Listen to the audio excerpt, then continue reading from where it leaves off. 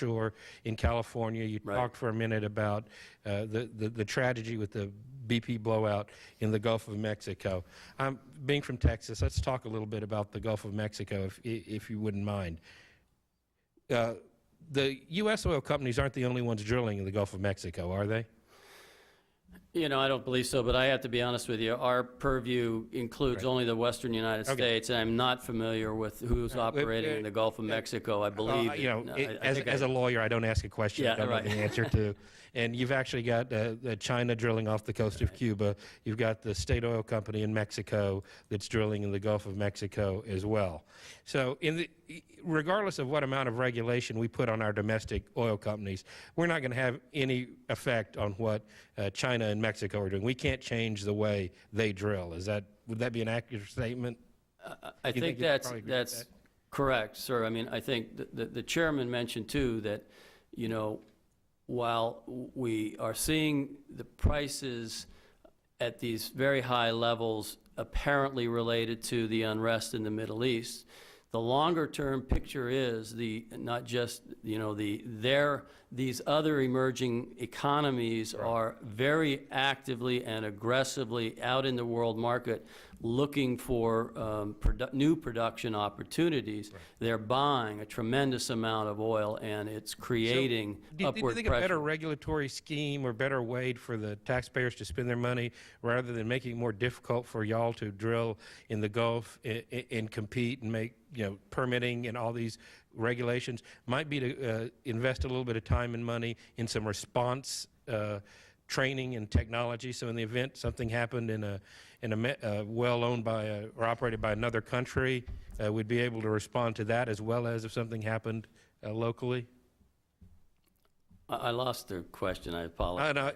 Rather than putting excessive regulation on our domestic companies, making it more difficult for them to compete, let's say in the Gulf of Mexico, and where you've got Mexico and China also drilling. If something happens on a Mexican or a Chinese drilling rig, and there's a blowout or a leak or something, wouldn't we better off, rather than spending our time and effort regulating domestic companies, coming up with responses that would benefit any worldwide oil company, training and technology? I think the U.S. oil and gas industry has led the world in developing those kinds of responses. In California, of course, we have a huge resources on standby 24/7 to respond, and have developed, along with other regions of the country, this technology that really is used worldwide to respond to any accidents that occur. Yeah, well, I'm over time. I'll let everybody else give their turns, but I would like another round of questions. I assure you we will, as long as our witnesses are willing to indulge us, we would like to learn all we can. Mr. McCarthy. Well, I thank all the witnesses for their testimony, and it really comes down to why we're having the hearing, why we're having this challenge. We use more energy than we produce in this country. Having said that, that means we have to get it from somewhere else. So we pay for it somewhere else. The challenge that I've always faced in this job is there's many times we think in California we realize other states compete with us. We had the ability to say which state produces more than others. We watch every day maybe a company leave California somewhere else because they maybe give a little better price. We never really think that America competes with other countries, but we do. And energy is probably the #1 industry that you can find that to happen. If we make it harder here, we will still buy it somewhere else. Now, this country has faced a lot of challenges. And normally when we face a challenge, we meet a goal and we go forward. We've done that in World War II. We achieved our goal. When we found it that Russia went to space first, we made a goal for us that in a decade we were going to go to the moon. And we faced our attention on that. For too long in energy, we only face our attention when the problem gets too big. And that we'll put our attention there, then we forget about it when it comes down, so you don't have the ability to go there. If anybody's ever lived in a community that has oil, you've seen the booms and the busts.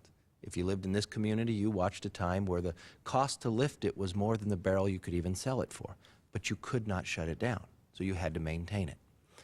I have found that the country gets very divided. Now, a time that we all get united is usually during the Olympics. Why? Because we cheer for our country. We never ask them whether they're Republican or Democrat.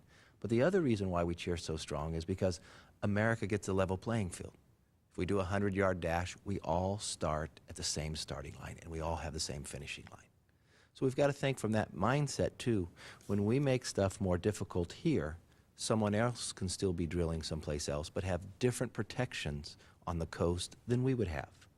And so taking some of that, I thought some of this ability of what I saw here today, I loved the presentation where you actually shown how it was going. Now, technology has changed, and probably the best analogy I've heard from somebody, if you think of a bathtub and you fill it with water, picture that underground, that's a natural resource. Our old way of doing it was putting a lot of straws into the bathtub and trying to get that water out. Horizontal is fundamentally different. Now we get to just go to the drain and use one.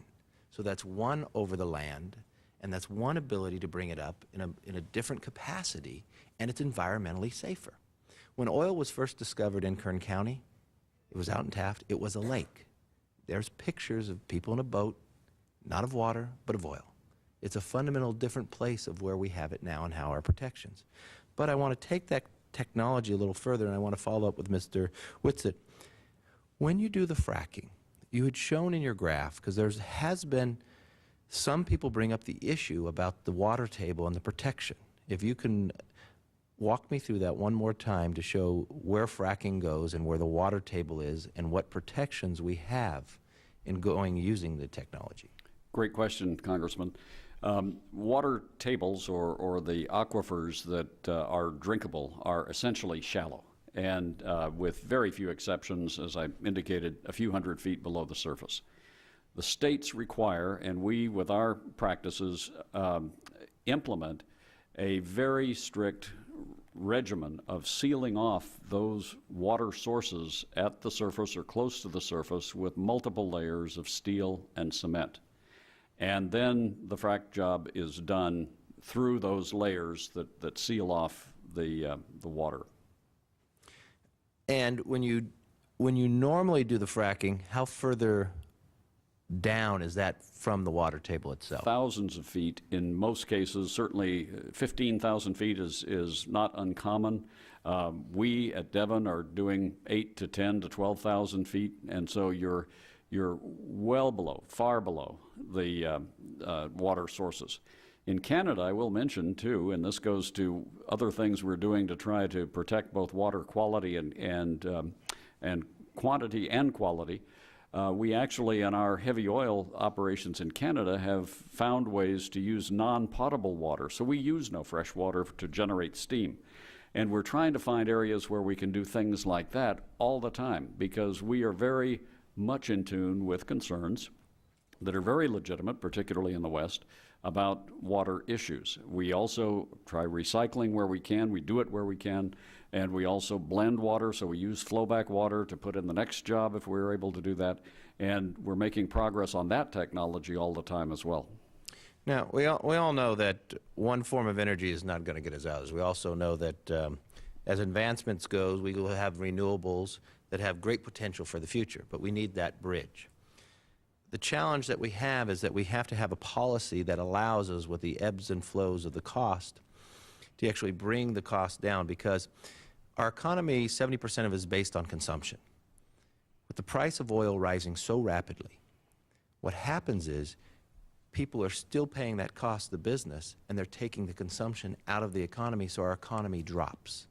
But that price still goes someplace else, and it goes out to another economy. So, Rock, you brought up inside talking about the taxes, that they are very similar in the same taxes based upon any other business. I wish if you could explain that a little further. Well, there's been a lot of discussion about whether or not oil companies receive subsidies, and I was trying to make the distinction between a subsidy and a tax treatment. In fact, first of all, the actual components that are within the administration's budget that they want to eliminate target independent producers, not major oil. So that's the first distinction. Most of those tax treatments are not available to the major integrated oil companies. They're only for the independents. But the second and more important point that I was trying to make is, a subsidy is a cash payment from the government for doing some sort of activity. It's quite different if you are having a debate within the IRS about how to treat a certain expense, and we'd be happy to have that debate. But keep in mind, the only way that you have this debate and the only way that you have these expenses is if you're deploying capital. And that's exactly what our companies are doing, is they're deploying capital. And the question is, how best can they redeploy the new capital? And that's what a lot of these tax treatments were designed for. Given the fact that this is highly risky, it's very expensive, and our energy security depends on it, the taxes in the teens and 20s 100 years ago were designed in order to encourage the rapid reinvestment of this capital back into new oil and drilling programs, and that's exactly what we experience. So if you do not invest the risk, you cannot get the tax. That's correct.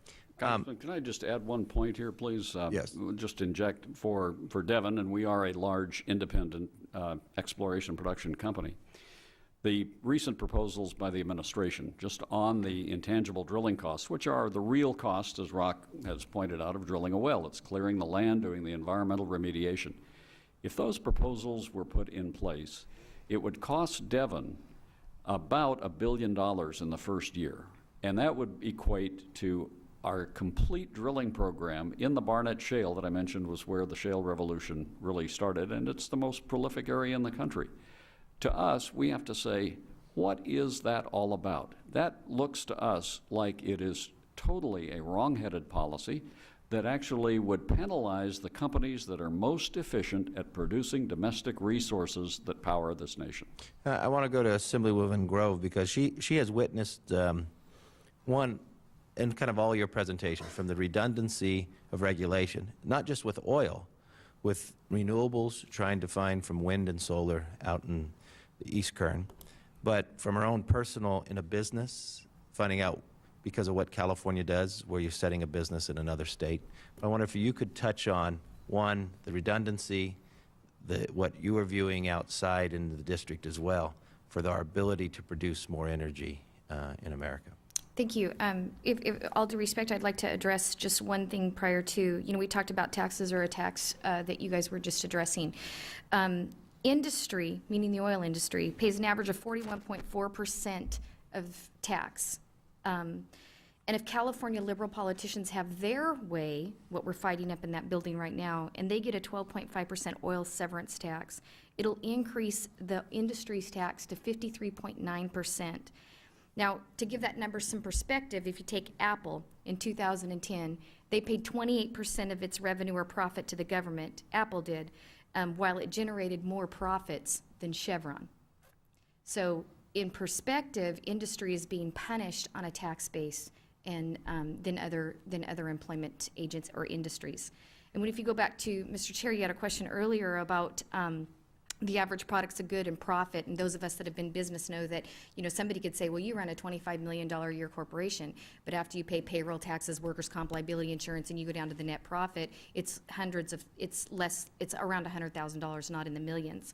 So if you take Apple, for instance, again in a comparison, the average products sold are about 25% above the cost of materials and production for marketing and sales. And then if you use that for the same in comparison to with Exxon's profit margins in comparison were about 8.7%, and that's hardly the windfall that people are proclaiming. If you take the oil industry as a whole, they have 11.5% basic on profits, and making that 45th most profitable industry of the year. That is hardly close to the top 10. So just to clarify those two things. And then back to your question, Mr. McCarthy, I'm sorry. From a business standpoint, being a third, sometimes fourth tier contractor for the oil industry, the job multiplier that we have, and I ran on jobs, we have 2.5 million people unemployed in the state of California, which affects our federal revenue as well. And when I ran on jobs, and you look at what industry can place in these jobs, you talk about the job multiplier. A lot of the individuals in this testimony have referenced the oil industry jobs. And I'm going to name a few local companies. If you take one oil field job and a platform, you have engineers, and you have site engineers, you have chemical engineers, you have mechanical engineers, you have people that are, a job multiplier is what I call them. If you build a site, you have an excavation crew, a site crew, a gravel crew. The gravel is produced someplace, mainly in one of the facilities that we have either on the Grapevine or in Mojave. You have trucking companies that transport that gravel to the site. You have everything from all those companies that are supported by oil or big oil, small oil, independent oil. These are small businesses that thrive on this industry. You have people that supply more paper and pencils and product, like from Stinson's or O'Leary's. You got simple things like Mona at Speedway Market, where 90% of the people that go to work in the oil field stop and purchase stuff from her for their daily consumption of food and breakfast. So when you look at the small business that thrives on this industry, the jobs that are created and not created from private business because of the limitations with permit delays through the Division of Oil and Gas, or I've seen projects delayed out in the oil industry where a blunt-nosed leopard lizard is on site and they caution tape it off and everybody sits around and waits for this lizard to leave. You talk about, Mr. Layton talked about a description of a job that's being delayed, where the activity of this blunt-nosed lizard is in certain times of the year, so you just have to stop working until this lizard finds its way to another location or goes into some type of hibernation. Those things don't make any sense when it comes to job creation. The oil industry and job creators are very conscious of things that need to be done to protect our environment and our land. But California and Department of Fish and Game and federal EPA is way overreaching and have become completely unreasonable to the hindrance or full-out assault against private sector job creation.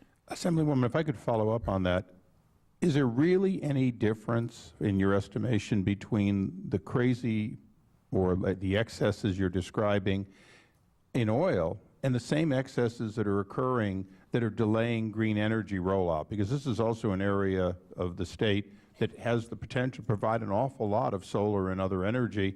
Don't you find the same thing to be true, that the same self-inflicted wounds are hurting our ability to reach any reasonable goal of renewables? It's exactly true, and it's not only in renewable and energy. You take in East Kern, which I represent as well, there was a solar plant that wanted to put a solar facility in the Mojave Desert where the sun is, and it was not able to do that because of a Mojave ground squirrel.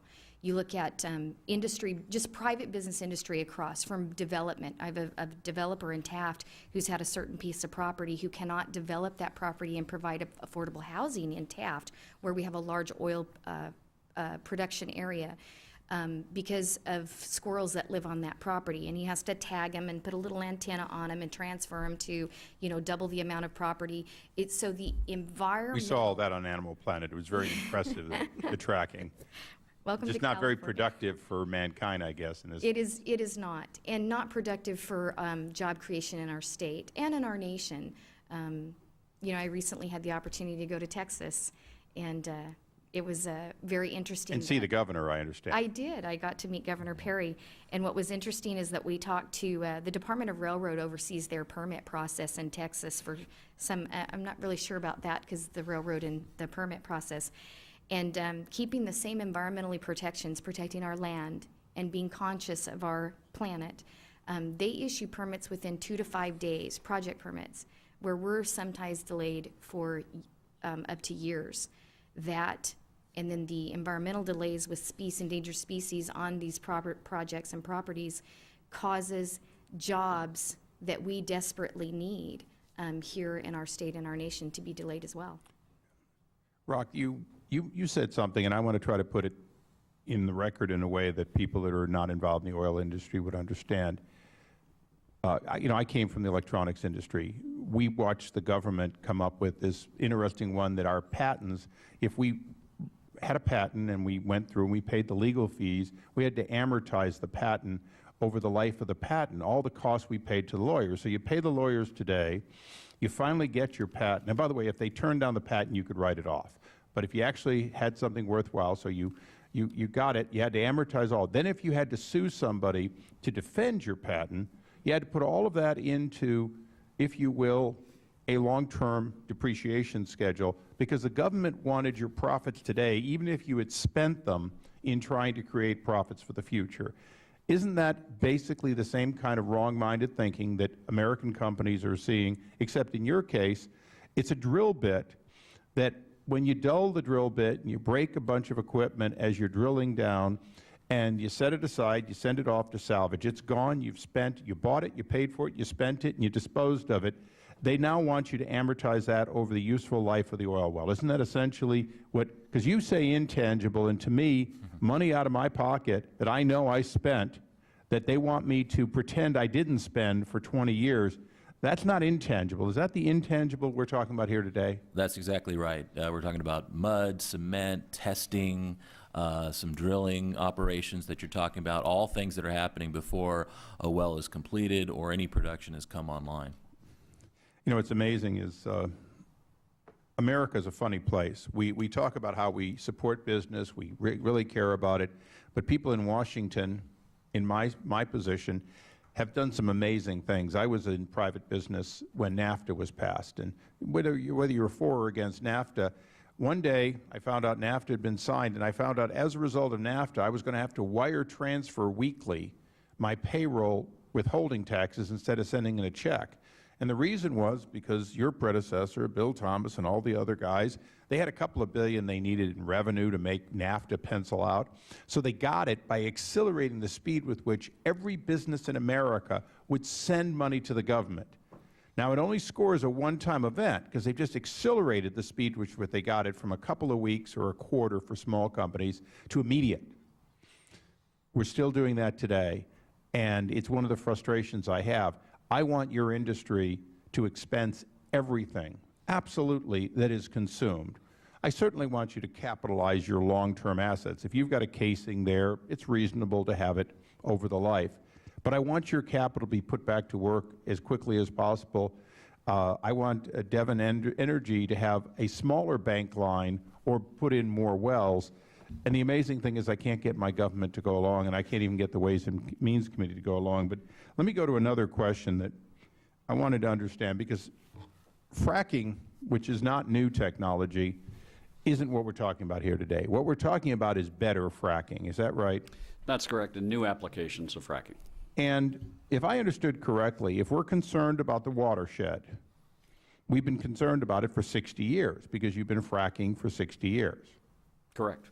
And we should know, we shouldn't need Secretary Chu to endlessly study something you've been doing for 60 years.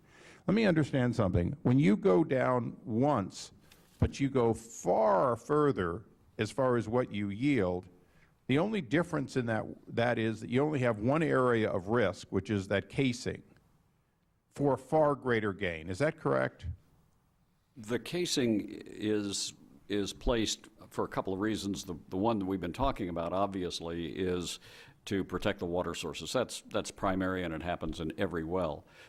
There are other applications of casing to prevent the hole from collapsing and those kinds of things. But the fact is, and what I think you're alluding to, is that we've been doing this for a long time. The technology gets better, the materials get stronger, the knowledge of how we do this and how many times we do it along that horizontal length of pipe, it all improves, and we are seeing remarkable efficiency gains. And one more thing that is really remarkable today is we're doing much more of what we call pad drilling, where we can actually do these multiple horizontal wells from one surface location so that we don't have to disturb the surface multiple places around this gas field. So again, the technology just continues to improve. Well, and that's what I was leading to, and I appreciate your clarifying my questionable question, because this is something where I'm still learning what you've spent a lifetime knowing.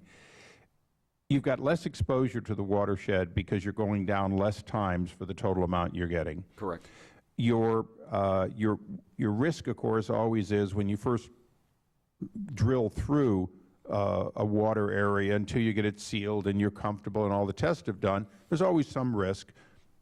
Let's just say hypothetically that you hit oil, because on occasions there is oil much closer than you thought it would be.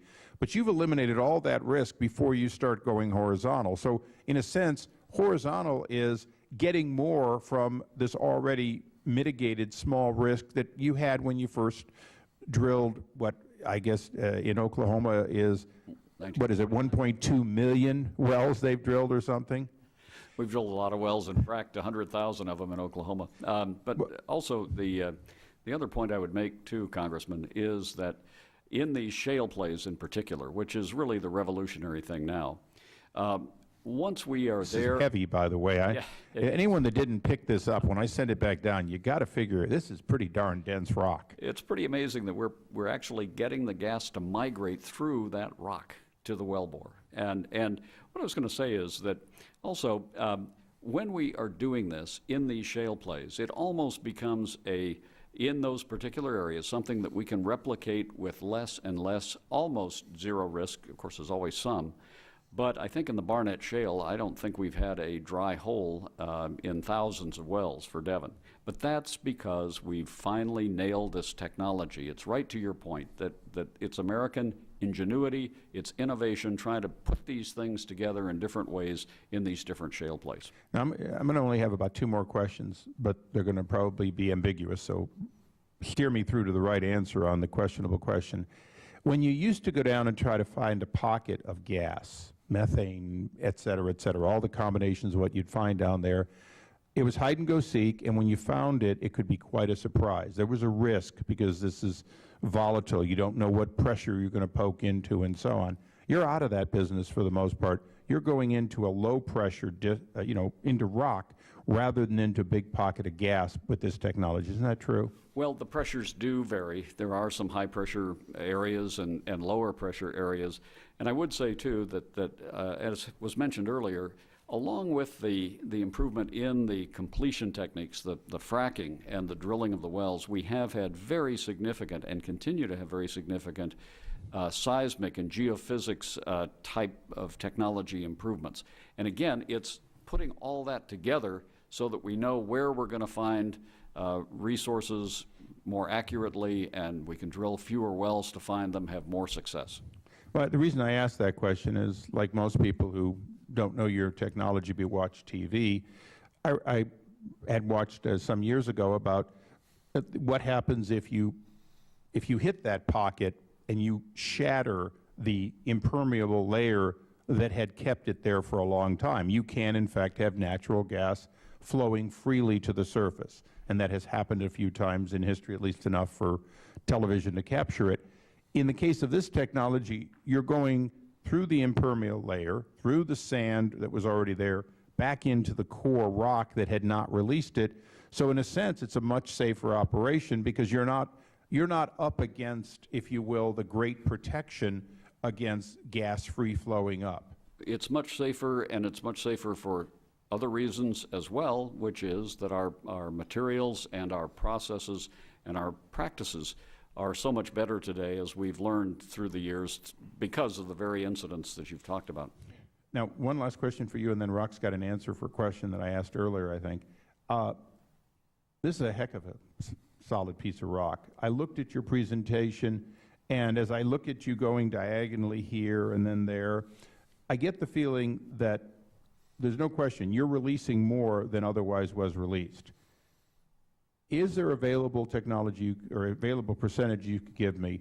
What did we used to get when we just caught what happened to have bubbled up and was sitting there under the withholding chamber? What are we getting today when you frack typically, and how much is really down there if you continue to improve your fracking to where you can sort of get it all? Well, I don't know how to answer the first part of the question in a global sense, but if you look at that one slide, there's a very dramatic representation from one area. But I will say that the Potential Gas Committee, and these are the resource estimators that are the experts in this country and really known worldwide, they've just come out with yet another estimate of more natural gas that's recoverable in this country, something on the order of probably in North America 2,500 trillion cubic feet, and we use 20 trillion or so a year now. So you can see it's well more than 100 years. It continues to grow with technology, and that's got to be exciting for the country. Well, certainly for those of us who heard that we were going to get our last drop of oil or our last drop of gas, and we were going to need renewables already because it was all going to be gone, to find out that there's plenty more. And obviously I'm excited about oil because I don't want us importing oil from unfriendly areas. But I'm even more excited about natural gas because all the green lobbyists who have ever come to see me, and many have, they all talk about how if we could just get off that dirty coal and get on to clean natural gas, what the benefit would be, thank you for what your company's doing to take us from X carbon per BTU to a fraction of what it would be if we go from coal to natural gas. And Rock, you get the last answer to that question. Well, I just wanted to mention another application of the directional drilling, and that is offshore California. Offshore production is a very emotional issue on the West Coast, but I wanted people to be cognizant of the fact that you can utilize this technology offshore California